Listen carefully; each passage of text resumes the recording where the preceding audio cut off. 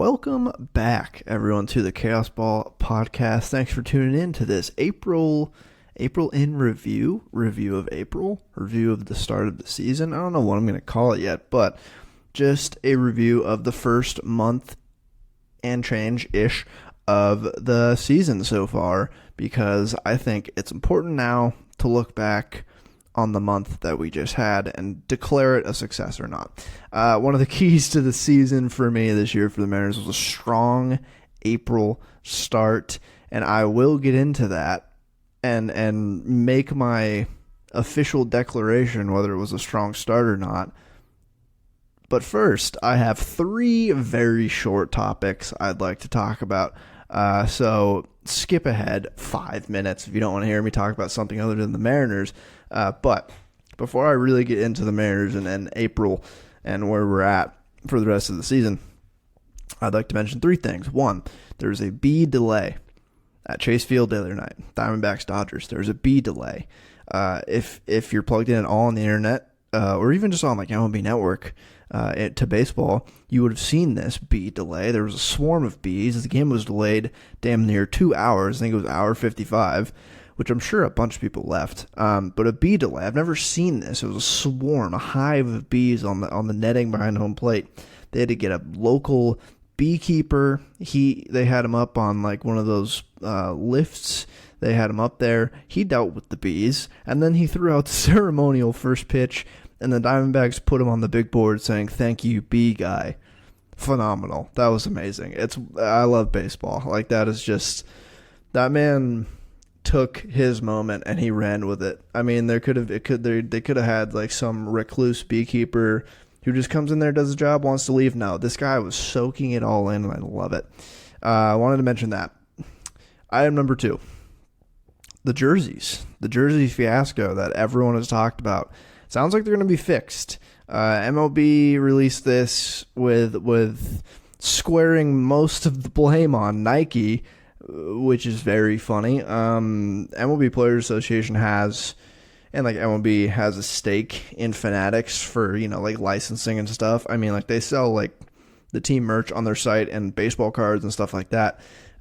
So, they're not going to badmouth Fanatics like that. That's what most people think is the reason that this was like so squarely put the blame on Nike in this article that was written. It sounds like they're not going to change them until next year, which is like fine. I mean, that actually makes sense. That doesn't seem like a Fanatics or Nike problem. I mean, they already made them. I feel like it'd probably take a while to remake them, and then by the time they remake them, is it really worth it? No. I don't know if I've gotten like 100% confirmation on if they're this season or next season. It sounds like it'll be next season, but that's just interesting. Now, like if we look back at highlights, it'll be so easy to tell. Like, oh, hey, that's the 2024 season. Like, you will be able to tell immediately. It's like that in 2020. You see 2020 with no fans. You see 2024 where you can't really read the names on the back of the jersey from a high camera angle. So that was the second item. Wanted to mention that. That is interesting to see if anything else comes of it. Third item, also related to jerseys, more City Connects came out. The Mets came out. I think the Mets is kind of mid besides the hat and the helmet. But the Rays, the Tampa Bay Rays City Connects, voila, oh my God, they're so nice. The jerseys themselves are, I think, just good. I think the jerseys themselves are good looking. I think the Mariners with the black pants and the blue top, I'm not a fan of the black pants. But the Rays have an all black. I think if you're going black pants, I think you got to go all black with like a colorful trim like they did. I think they could have went way more colorful, but I think the jersey itself looks good and clean. Where the genius lies in this City Connect is the logos.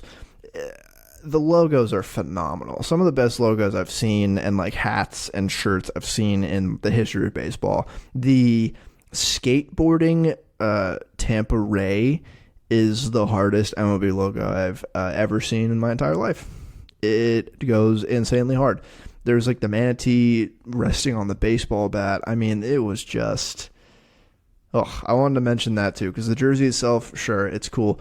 The logos is where this is amazing. And they're having a giveaway this year with a Tampa logo, one of the logos on like a skate deck they're giving out, which is really cool. I think they nailed this.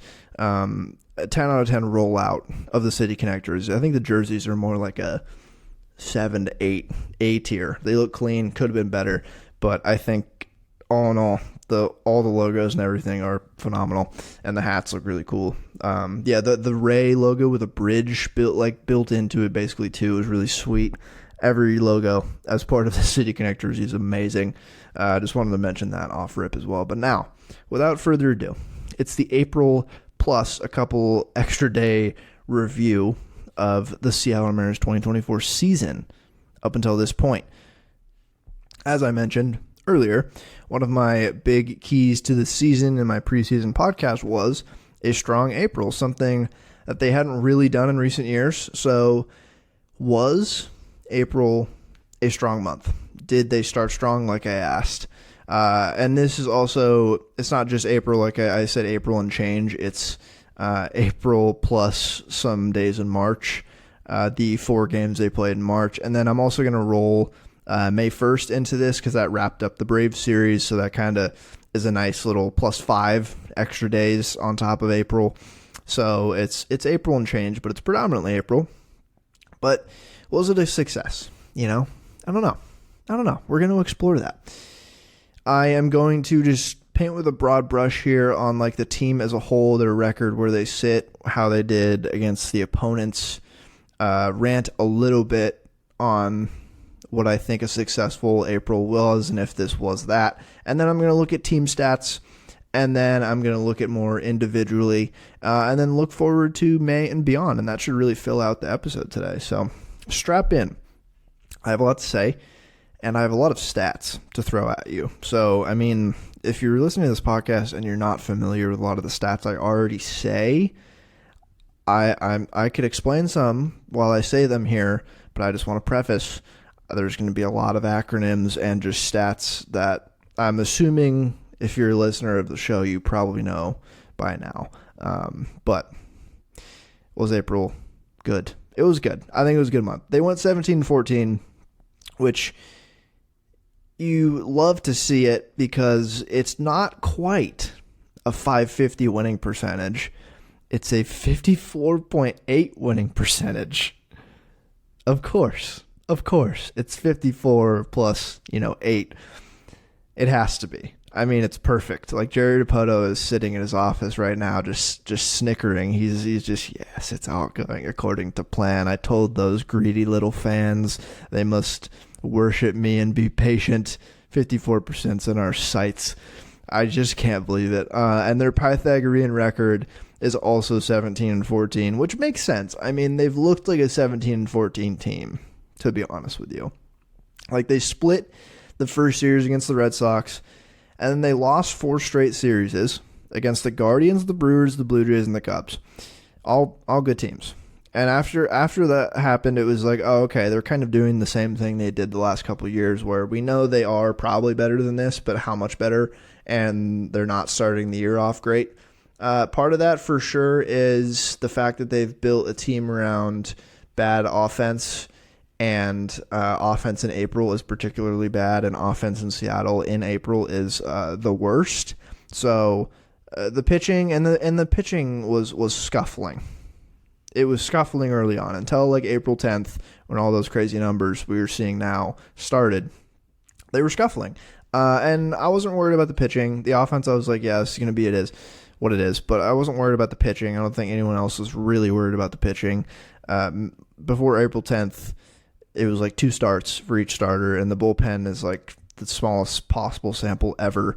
So I wasn't super worried. And then after that, they went on to win 5 straight series up until this point. They don't look like they're ever going to lose a series again, is what it feels like. They swept the Reds, and then they won series against the Rockies, the Rangers, the D-backs, and the Braves, all 2-1. So only 1 sweep in there, but winning series 2-1 is good. That's a good thing. You want to do that. That is more wins than losses, if my calculations are correct. Those are all pretty good teams. I mentioned that in the preview pod too, where it was going to be tough to have a really, really strong start to the season because the schedule was tough. Just coming out of the gate, those are all really good teams. Not really good. Those are all good teams besides the Rockies. The most recent series that just wrapped against the Braves was the most impressive series win, probably. Sweeping the Reds at home was great. But the Braves just obviously are probably the best team on here. The Guardians, looking back at it, and the Brewers, even the Cubs, like all those are really solid teams too. And they lost series against them. But you beat a divisional opponent in the Rangers, you beat the D-backs, who are a solid team, and then you beat the Braves. And the Braves are one of the best teams in baseball. That's encouraging. And they did it with pitching. They really, offensively, they did not look good, but they did it again on the back of their pitching like they have been all year. The only true bad team, again, they played, it was the Rockies. And I think, they should have swept the Rockies. If I feel like if that weather didn't happen, they would have swept them. There's no basis for that statement, but I'm just going to say it. There are a lot of teams, though. I will say there are a lot of teams that are just like good teams this year. There aren't a lot of truly bad teams in my mind. Like you have, like the Astros have a bad record, but they're not a truly bad team. Even the Angels. I don't think the Angels are even like a truly bottom feeder team. Maybe without Mike Trout they are. But like it's the White Sox and the Marlins and the Rockies, I think, are the basement right now. Otherwise, every other team has something going on. And then there's also not that many truly like elite teams. Like there's maybe by the end of the season like 2 or 3 elite teams. Like maybe the Dodgers, like the Braves, probably the Yanks and the Orioles are both starting hot, but we'll see how the season goes on. Like the Guardians and the Royals and like the Rockies, or not the Rockies, the Tigers to an extent. The Cubs and the Brewers, all really good starts, but like looking at it, like the Dodgers and Braves probably, and then maybe the Orioles, maybe the Yankees. We'll see as the season goes on, but there's not like truly elite teams, and there's a lot of just good teams. There's a lot of teams that are similarly like talent-wise to the Mariners. So I think they handled that slate really well. But I think the entire year, there's going to be a lot of teams that the Mariners play that are going to be looking at like 80 in the 80s win total projection wise. There's just a lot of teams in the middle right now, which I think is good for baseball. And even then, I think April is tough. Like looking at the schedule in June, I'm not going to rattle off the opponents, but if you just look at the schedule in June, that is what an easy schedule in 2024 looks like for a month. Otherwise, I think it's going to be similar to this month. I think it's just going to be playing a lot of solid teams. So in a vacuum, 17-14 with a 9-run differential is honestly what this team is kind of expected to do. So in a vacuum, wouldn't call it a strong start. I'd call it a fairly median outcome. I think it's a good start. It's good that there's 3 games above 500. The 9-run differential, it's positive. That's something to take away. I wouldn't call it a strong start. But when you look at it in the context of the division, then I can probably call it at least a good start, and then maybe even a strong start if you just look at it in the context of the division, because they sit in first place. The Rangers in second are 16-15, a game back. They have looked about as expected as well with how many pitching injuries they have. I mean, we knew they were going to kind of struggle on that end until they got those guys back, and it looks like they will, and they have been. The A's are in third, way better so far than expected, but I don't think they're going to challenge for the division this year. I think I took their over in the beginning of the season. I didn't think they were going to be the worst team in baseball again this year. I didn't think 15-17, third place in the division, was attainable. But here they are. Go A's, honestly. And the Angels are 11-20 in fourth. They've really taken a dive after a strong start, and now Mike Trout is hurt, and so there's really no hope. I mean, there wasn't much hope with him, so, I mean, they're pretty much out of the picture. The biggest reason why the context makes this a pretty strong April for the Mariners is the Astros being in dead last at 10-20. And we know they're better than this. And even at 10-20, they're only 6.5 back because it's so early on. It's hard to really get that much separation from the division unless you're in a division with, the White Sox, the Marlins, or the Rockies. It's hard to really get super far back this early on.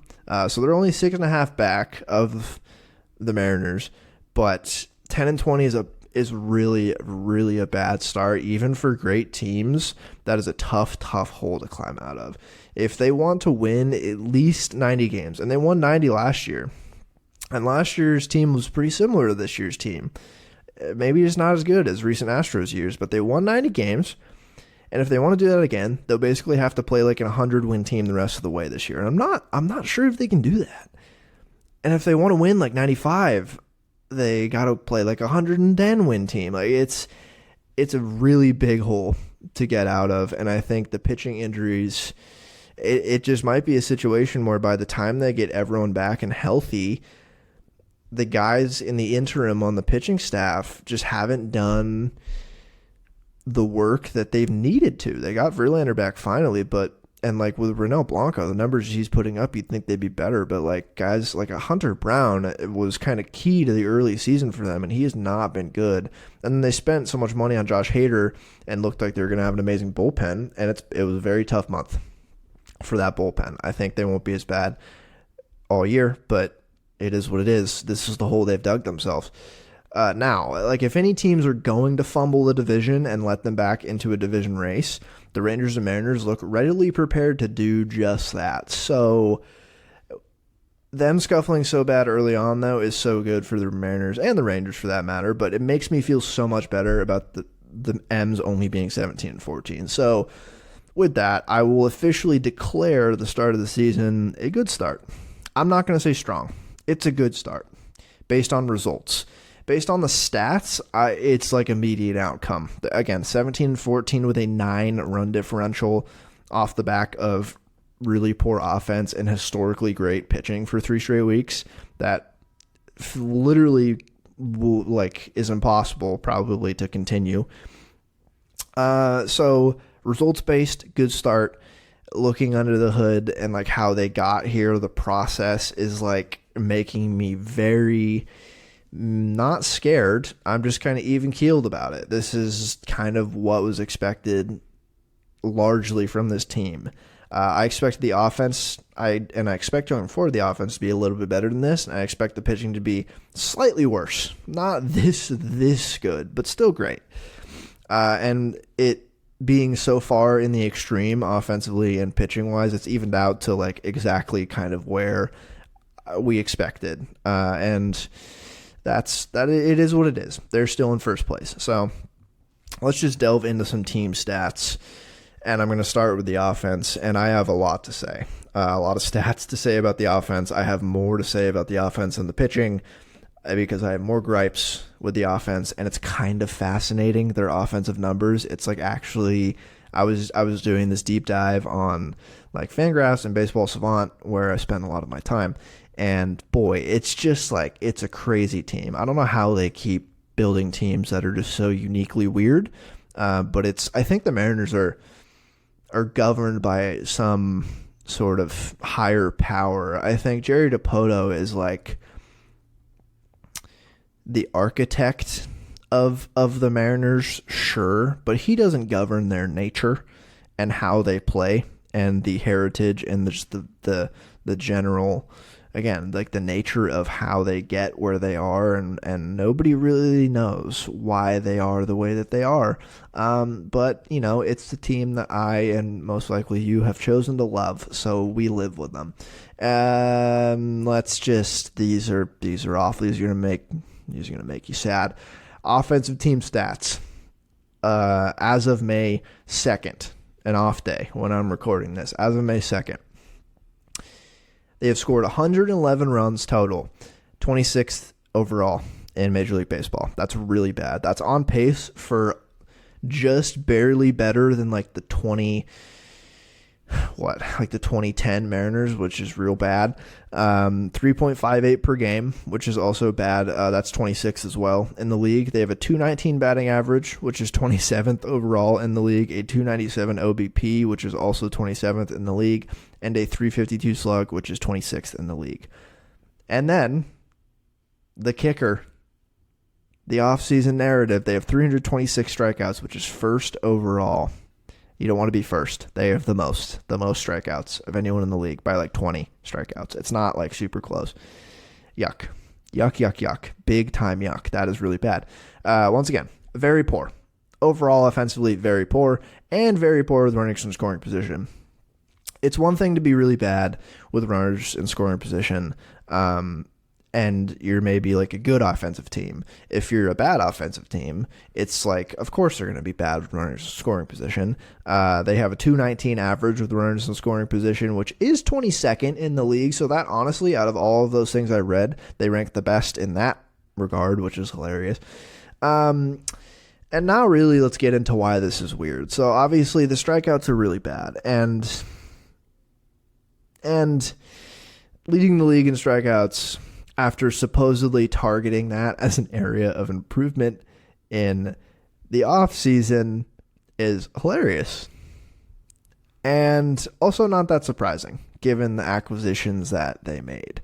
I'll reiterate again, and I feel like I'm going crazy saying this all the time. The strikeouts are bad. Yes, the strikeouts are bad.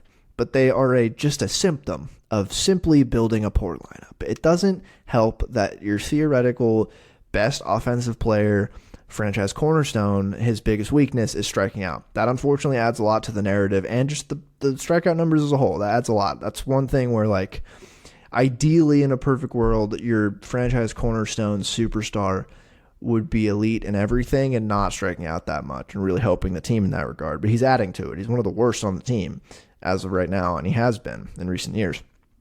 Maybe he'll take a big leap in that regard. Maybe this year, maybe not. Maybe next year, maybe never. Maybe when he's 29. I don't know. Striking out less as a team would certainly help, for sure. But it's also just like not building an optimal lineup, and that has led to poor offensive performance. It's like these guys need to get better at not striking out. It's like, no, I just think there just need to be better guys on the team. Like, listen, Juan Soto was available for trade. I'll say it again. That guy doesn't strike out. He could have helped.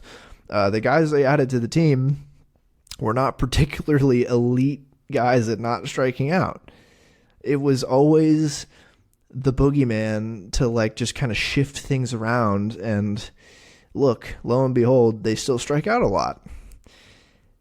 And like, it's in good old fashioned like Mariners tradition that, you know, some of the seemingly good offensive moves, even though they weren't particularly like strikeout driven, they haven't really panned out. I'll get into the new additions later, but now I'm really going to throw some stats your way. So what's super interesting about this offense currently is they're 4th overall in Major League Baseball in hard hit percentage at 41.5%, that's really good as a team. 4th overall in all of baseball. The teams above them, reading from 1st to 4th, are the Braves, the Dodgers, and the Orioles. What do all 3 of those teams have in common? They all have pretty elite offenses. Those are debatably the best offenses in the league. And then you have the Mariners in 4th in hard hit rate. And shortly behind them, it's the Kansas City Royals in 5th, which are having an awesome year. And it's like, oh man, that's really cool. That's really good. The Mariners offense must be humming. Obviously it's not. I couldn't believe that, honestly, when I saw it. It made me actually angry because I know they haven't been good. And I'm like, how? You're hitting the ball so hard as a team. And that generally leads to good results. And they haven't been getting super unlucky. Some of their hitters have definitely gotten a little unlucky. But as a team, they haven't been getting super unlucky. Like the team like metrics of like BABIP and like expected stats are all right where you'd expect them to be given their output. So for them to have that high of a hard hit rate and like next to those 3 teams that I said and not be good is like absurd. So I just kept looking at numbers. What is so hilarious is they have that 4th rated hard hit rate, but they have the fewest batted balls of any Major League Baseball team this year by a pretty big margin. And batted balls is just a ball that is hit and is in play. That is a batted ball. They have 687 total batted balls this season. The next closest team is the Reds with 716. So far away. For context, the Padres have the most with 894, just to give you a scale there. Not all batted balls are good, sure, but the Mariners having the fourth hardest hit rate of any team in baseball and the least amount of batted balls, coupled with the most strikeouts, makes me want to. It makes me so mad. They need to hit the ball more. So I looked at more numbers. I have poured over the contact and the take numbers as a team. And the Mariners are also not really making that bad of swing decisions comparatively to other teams. Honestly, they are amongst the leaders in out-of-zone swing percentage, which is what it sounds like. It's the amount of times you swing out of the zone, at a pitch. Which just means, they're not swinging at the pitch at that many pitches out of the zone. They're top 5 in that category in baseball. So they're taking pitches out of the zone at a pretty good rate, which is good. You don't really want to swing at pitches out of the zone. But when they do swing at those pitches, they are top 3 in the league in swing and miss percentage on the pitches out of the zone. Higher percentage being a bad thing in that case. So they are good at laying off pitches out of the zone. But when they do swing at pitches out of the zone, they are so bad at making contact with them. They are middle of the pack, roughly, in zone swing percentage, which is, again, what it sounds like, swinging at pitches in the zone. But top 6 in the league at in-zone swing and miss, which, again, higher percentage is bad. So it's the same thing where, like, maybe they should be swinging more at pitches in the zone. But when they do swing at pitches in the zone, they are missing at a pretty high rate. They're also bottom 5 in the league in in-zone contact percentage, which, again, it makes sense given all those other stats. They swing and miss a lot of stuff in the zone. They're not great at making contact with pitches in the zone or out of the zone, to be honest. So all this really confirms that they're bad offensively. It confirms what we already knew. The hard hit rate being that good makes me so goddamn mad because it's so clear to me that when they hit the fucking ball, they're hitting it pretty hard on average, but they suck at hitting the ball. What's also super frustrating, I went deeper, is they're actually pulling the ball pretty well, which is good. They're pulling the ball 6th overall in pull percentage as a team. And that also comes with a 7th overall in Major League Baseball in fly ball percentage. Pulled, hard hit fly balls are a good thing. And they're doing that pretty well. But they're so bad offensively. So it leads me to believe that they'll probably continue striking out a decent amount. I don't think that's going to change, to be honest. But the environment in Seattle will warm up, and I think at the very least they won't be this god-awful on offense the rest of the way, which is not rocket science. You don't have to look at these stats to really make that prediction, but I did. So I don't think they're going to be great, like all of a sudden on offense, but maybe not like this bad. Like, please don't be this bad. What is really interesting, too, the Braves, one of baseball's best offenses, like on paper maybe the best offense, has the highest in-zone swing percentage and the second highest in-zone swing and miss. But they hit the ball really hard. They hit a lot of home runs. So they're swinging like hell at pitches in the zone. They're missing a lot too, but they're swinging the most. So maybe the Mariners should just accept that, yes, they're going to swing and miss a lot. But swing as much as you possibly can in the zone because they're like 17th overall in the league in that. So if you're going to swing and miss at pitches in the zone anyway, at least swing it more. It's baffling to me. So in summation, the team as a whole, they hit the ball really hard. They lay off pitches out of the zone at a pretty good rate. But when they swing, they just can't hit the pitch. So you see what I told you about governed by a higher power? Like, what is this devilry? How have they managed to do that? It's absurd. And that is the team's offense so far this year. So it just baffles me. It really does. But I'm going to move on to the pitching. And I don't have as much to say about the pitching, but it's been so good, as we know. Like, those stats from April 10th on are just absolutely insane. We know this pitching staff was going to be good. They've lived up to the hype so far. It's been so much fun watching them pitch. Like, it's been awesome. And I think this will continue. Again, maybe not at the insane clip as it has been. But I think it'll continue for sure. I think that's not a bold thing to say. But their pitching stats, their team pitching stats as a whole here, as you can expect, complete opposite as their hitting stats. Overall, they've allowed 102 runs. That is second best in the league. 2.96 ERA as a team, second best in the league. 3.38 FIP, which is fielding independent pitching, which is pitchers controlling as much as they can control. It kind of just takes the fielding out of it. Very easy way to explain it. That's third overall in the league. 125 ERA plus, which is ERA adjusted for like park factor and set against league average, 100 being league average, so that's 25% better than league average. They're fifth overall in that. So that just indicates to me them being second in the league in ERA and fifth in ERA plus. Some of that ERA is definitely pitching in April in Seattle, which we knew. We know that. So that, again, confirms, what we kind of already know. 1.031 whip, which is walks and hits per innings pitched. What it sounds like, they're first in that category. They don't allow base runners very much. 291 strikeouts, that's second overall. 74 walks allowed, that is first overall by a pretty good margin. And as you'd expect, based on those two stats, they're first in strikeout to walk ratio at 3.93, which as a staff is pretty insane. Like that's kind of a ridiculous ratio to have as a entire pitching staff. And this is without Brian Wu. He has not pitched yet. He's close. He's made 2 rehab starts. He's coming back. And Hancock has been serviceable as a number 5. Absolutely. Like he really has been. Like if he was our number 5 the rest of the year, I would feel good about that. But Brian Wu's going to come back and slot in for Hancock at the 5. Maybe they'll go 6-man roto. Unsure. Matt Brash has not pitched for the team yet. His prognosis is not good, though. He got shut down. So timeline unclear, really hoping he's not out for the year. And Gregory Santos, a key acquisition this offseason, has not pitched. So you have like 3 of Brian Wu is going to be your 5, but still he was going to be good. And then maybe your 2 best relievers, at least 2 of your top 4, if you factor in, I guess, Munoz and like Gabe Spire now at this point. Throw in Trent Thornton too, fuck it.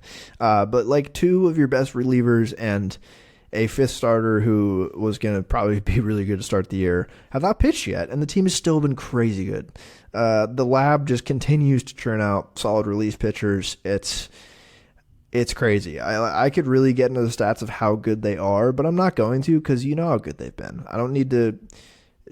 They're not as baffling. They've just been good. What I do have some interesting stuff though. Their staff has such an identity, and everyone knows it by now. They attack you. They don't walk. They strike out a lot. They're the hardest throwing team in baseball on average. A lot of really good fastballs, a lot of splitters now, a lot of sweepers out of the bullpen, and they're just dogs too. Like they all kind of have a similar identity, and they're all also just really good pitchers. Fun little stat here is they are tied for first in the league with the Reds for the best pop-out percentage of any starting staff, which is cool. So it's just a lot of guys getting under seemingly, high fastballs probably. They are first in opposite field percentage. StatCast breaks out like the pull percentage for the offense. I mentioned they break it out, batted balls into pull, straightaway, opposite field, and pop-up. And the Mariners are first in the opposite field hit percentage here with hits given up, which makes total sense because, as I said, they're the hardest throwing staff in baseball on average. So a lot of guys are late, and generally hits to the opposite field are not hit quite as hard as straightaway or pull. And if they are hit hard, the batted ball like outcome is generally worse even then. So, but they don't really get really many ground balls, which is interesting. They're not an elite ground ball team, not even close. So a lot of strikeouts and like middle of the pack home runs. I think it's a staff that we know will kind of live with giving up a couple home runs because they will just strike you out. They're not going to get a ton of ground balls, which is good because they don't necessarily have an elite infield defense behind them, but they do have an elite center fielder. So more fly balls is good because you have an elite center fielder. I don't have as much to say about the staff. The run they've been on since April 10th is not sustainable, but it's been awesome. I think still, even then, They are comfortably a top 5 pitching staff, rotation and bullpen moving forward, even factoring in regression to the mean, which will happen. But again, going forward, I think they're going to be good all year. And we're going to get Brian Wu back. And I'm praying to God Matt Brash is not hurt the rest of the year. I really hope not. I just hit my microphone, rubbing my eyes, thinking about Matt Brash being out for the year. But I'm knocking on wood. Now, let's just get into some of the players' individual stats. I try to focus sometimes every week on like a couple players and what they've been doing individually. It's hard to focus on all of them. Obviously, there's so many. So I'm just going to point out like positionally and like the new guys and focus a little bit on Julio and look at holistically like who's been good, who's been bad, who should be better, who is doing, what we're expecting. And just to preface, I don't think I'm going to reference WAR at all in these stats. If I do, it's merely for fun. I don't really put much stock into WAR until like June, honestly. I definitely start peeking at the WAR leaderboards more in May and guys' WAR more in May, but I don't put a whole lot of stock in it till like June. I just wanted to preface that. Now, a lot of what I'm going to say, you probably already know. I mean, just looking at it, like, who's been good? Josh Rojas, man. He's been unconscious all year. He's been phenomenal. He's 171 WRC plus. That is 71% better than league average. That is insane. In a 24-game sample, like he's now basically been playing every day at third base, with Urias playing every now and again against a lefty. He's been so good. Who else has been good? Like Canzone, by the numbers, I didn't love some of the numbers, but he was hitting for a good amount of power before he got hurt. Sucks he's hurt. Again, Luis Urias has been fine, better than I thought at the plate so far. And then Cal has really been the only other offensive piece that has been good. He's been doing right around what I and everyone probably expected. He has the most home runs on the team with 6. He has 111 WRC plus, which is, I would peg him as a 110 to 120 guy the whole year with solid defense that works out to like a season of like 4 WAR from a catcher, which is great. Kind of what he did last year. His 35% strikeout rate is a little high. I would expect that to come down a little bit, but he's probably going to sit above 30%. But that comes with an 11.5 walk rate, so that's a little bit better than league average. And that's just kind of what Cal Raleigh is. He's more of a 3-outcome guy, and he's been doing that, all with a 280 BABIP, which is right in line with what we'd expect. So those have really been the guys who've been good. Everyone else has been below league average.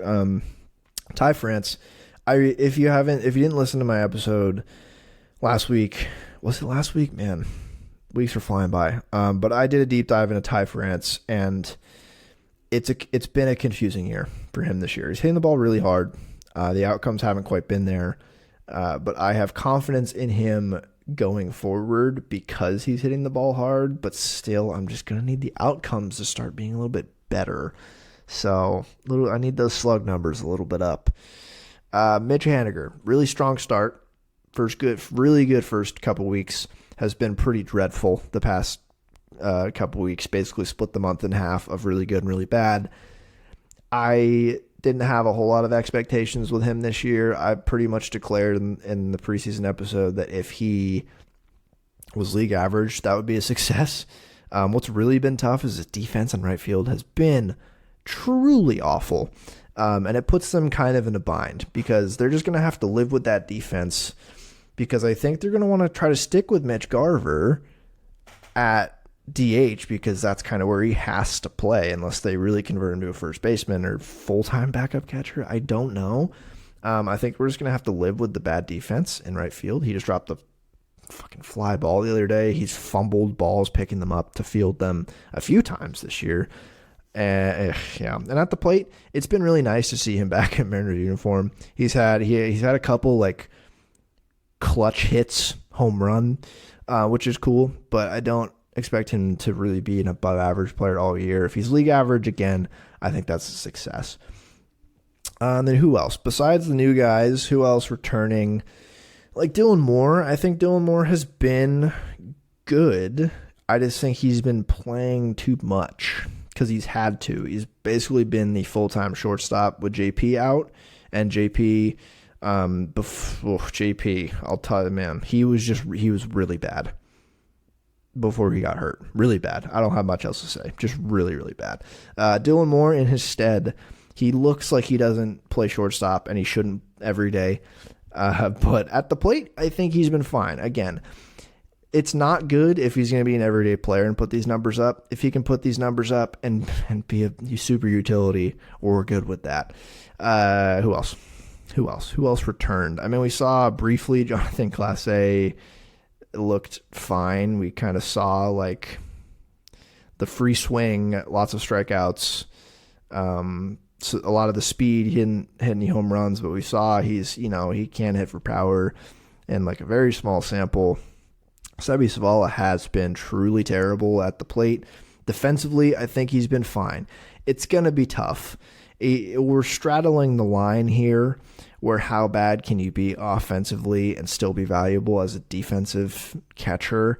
And he's veering into the demotion territory for me now. He's been good behind the plate when he's played, but Blake Hunt has been raking in AAA, and I think at the very least, if Sevy keeps up this 40% strikeout rate with no walks and not hitting for any power of any kind, I think you might have to send him down to see if he can even hit in AAA and at least try Blake Hunt, because I'm willing to sacrifice defense for a little bit more offense from a backup catcher. I don't have like super high hopes for that guy, but maybe he can hit. And then all the other guys, like Haggerty just got called up again.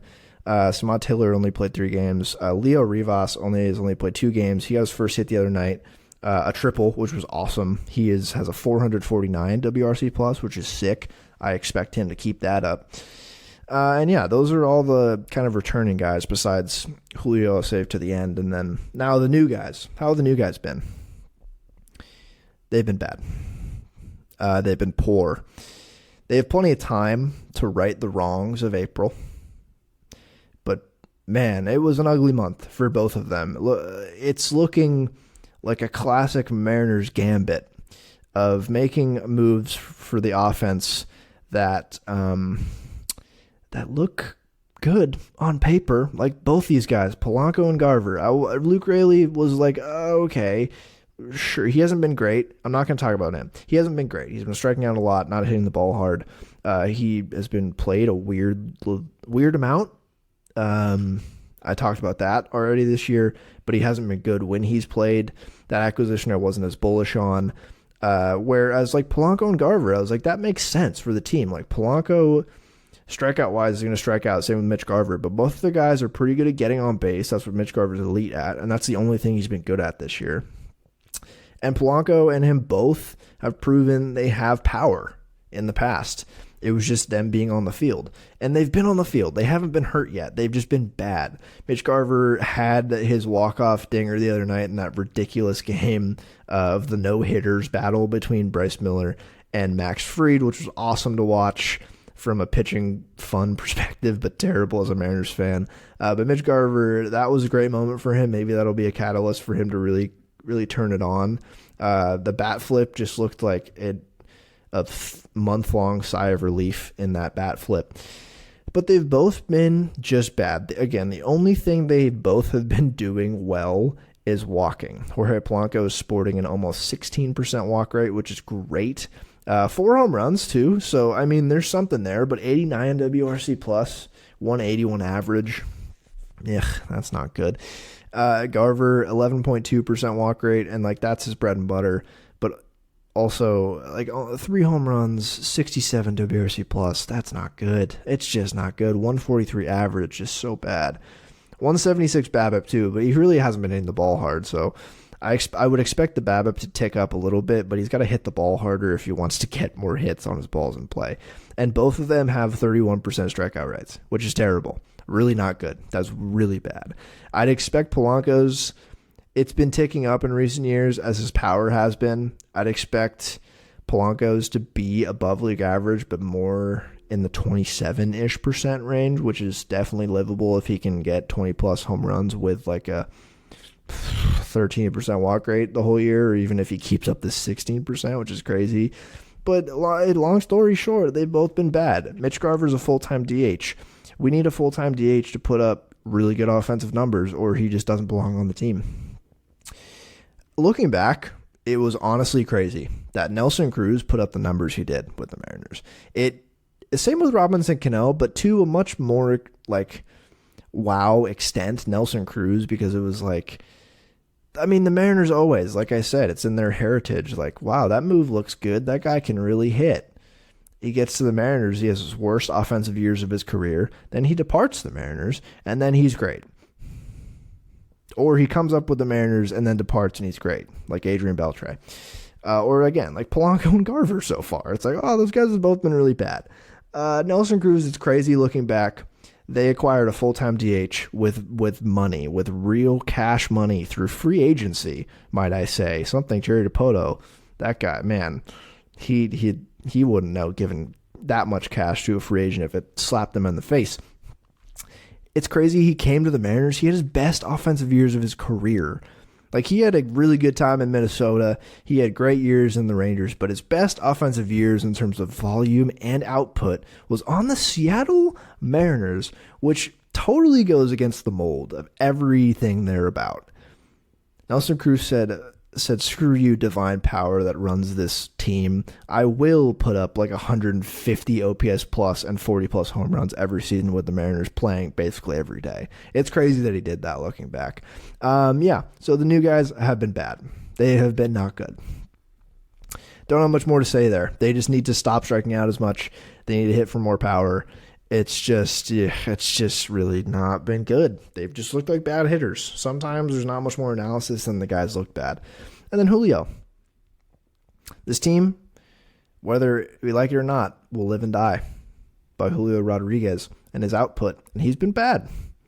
He's been really bad, especially given what we know he can do. He's been scorching the ball a decent amount. Singles, all singles. He has a 270 average, which is good. If he puts up a 270 average all year, that's good. But it's been the emptiest average. 310 on-base percentage, bad. 328 slugging, awful. 57 isolated power, .057. 31% K, 4.7% walk. He's still playable every day because, one, he can be one of the best offensive forces in the league. You know what he can do. And two, he's still an elite center fielder, and he already has 7 stolen bases. So, at the very least, he's going to give you that. But he's going to need to be better offensively. It's been so bad. It's been really tough to watch, too. He's a 395 BABIP because he's been hitting the ball really hard and on the ground and for singles. He has 1 home run. And why you'd keep playing him, obviously, it's Julio Rodriguez. Again, we know what he can do, but his home run is the example of why you keep playing him. First home run of the year, it's fastball in on the hands. He turns on it and crushes it. Not many guys can do that to that pitch. And he can. It's just he hasn't really been doing it much. He did it once. A lot of ground balls, some line drives, really no power to the pull side, which has been the boogeyman for him since he's come up. It's just it's the Vladdy thing. It's the Vladdy thing I'm worried about. Where Vladdy had an MVP type season, and Julio did kind of last year too, and even his rookie year, it was amazing output. But it's where the past 3 years for Vladdy, we've been oh man, he just needs to lift the ball more with power to the pull side, and he just keeps kind of not doing that. And I'm worried Julio, he's only in year 3. It's just if he starts hitting the ball in the air to the pull side as hard as he hits his singles, he could be legitimately a slam dunk 7 to 8 win MVP like Ronald Acuna. That we could see those power numbers if he just starts doing that. And maybe he needs to go to a drive line or something. He needs someone to do something with his swing. And it's the approach too. It's just so clear that he is pressing up there. It is clear that he is not letting the at-bat come to him. He is attacking. He is swinging out of his shoes on every pitch he swings out, which is fine if you're making contact, but he's not. He's swinging out of the zone a lot. He still can't really hit a low breaking ball. There's been plenty of pitches in the middle of the plate that he's just missed. I think it's just piling. I think it's just piling up on him. The more he goes with being this bad, and it's a 90 WRC plus, which in the grand scheme of things for 1 month is not terrible. And so I'm not pressing the panic button yet. It's just looked bad. It's just looked very bad. So that is just some of the offensive numbers I want to talk about. It's just been, it's just Julio needs to improve. We need to see more power from him. Because again, really the only guys we've seen hit really well is Josh Rojas, Mr. MVP candidate Josh Rojas, and then Cal Raleigh. And that's about it. And Josh Rojas is not going to be 71% better than league average all year. But the fact that we've seen him do this with really low strikeout numbers at 15% and really high walk rate at 13% is really encouraging. And it's like Julio, but the opposite. You can see it up there. You can see he's confident. He is taking the right pitches. He's making the right swing decisions. He's putting the barrel on the ball. And he's doing everything right up there. A pretty small sample, but like the fact that he can do 171 WRC plus in 24 games is so encouraging. And he's not going to keep that up, but what a start for him. And it just leads me to believe like he might be an above average player by the end of the season, above average at the plate, which would be so helpful if the rest of this team picked up the slack at all. And then I'm running on time here, but I don't really want to. I don't have to focus on anyone specifically on the pitching staff. Everyone's been so good. George Kirby has been amazing. He's walking no one. After the scuffling, the only person who hasn't really had a bad start this year is Logan Gilbert and Bryce Miller. And their peripheral numbers, Bryce's especially, is like, it's coming. There's a really bad start in here. It's coming. Logan Gilbert has been the best pitcher this year by peripherals and raw numbers. And Hancock finally got kind of hit around last night by the Braves and more runs were scored. But really like a 4.75 ERA for a guy with that little experience in the 5 spot is totally serviceable when the rest of the staff is this good. Again, after the first couple weeks of the season, George Kirby has been George Kirby. Like, he's looked awesome. He's getting more whiffs, which is really encouraging. He's really brought up his K rate this year, which is like, if he brings that up to elite level with his command, like it's insane. It's insane. His start the other day, he struck out 12, was awesome. Luis Castillo has looked great since those first couple starts. His stuff has looked much better, which is really good. And then, Logan Gilbert has been the best pitcher, has been amazing, and it's been verifiable by all stats. Like, he has a 2 ERA, which is going to come up, but it's a 3.24 FIP, which is really, really good. George Kirby has a 2.05 FIP and a 4.18 ERA, which is, I warned you. At the start of the season, I warned you that could happen with George Kirby especially. And then Bryce Miller, 2.04 ERA, 3.79 FIP, just has been awesome. That fastball is humming. His two-seamer has looked a little bit better this year, which if he gets the sinker working, with the splitter, oh man. And then, Logan Gilbert's cutter, I want to talk about it every week. I want to talk about it every day. It's a perfect pitch with his arsenal, and it's been so good. I can't wait to get Brian Wu back. And then the bullpen, I got really no complaints. I mean, Munoz, I do have some complaints, obviously, but Munoz, I've said his stuff has kind of looked down. I don't know if I'm 100% confident in him being the closer, and evidently the team isn't either. I mean, like I said last week, that Stanek has been getting a lot of late innings, but Stanek's stuff, his fastball particularly, is really good, but I mean, he doesn't know where he's throwing that thing.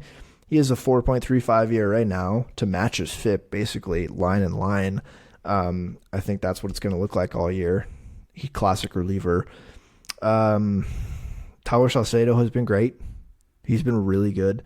Gabe Spire has been elite, and Trent Thornton has also been elite. Both of those guys doing what they've been doing is amazing. And I think it's going to continue. Maybe not like Trent Thornton has a 1.38 ERA, 2.14 FIP though, which is crazy good. Gabe Spire with a 0.84 ERA and a 2.39 FIP. So they'll come down to earth a little bit, but they've been really good.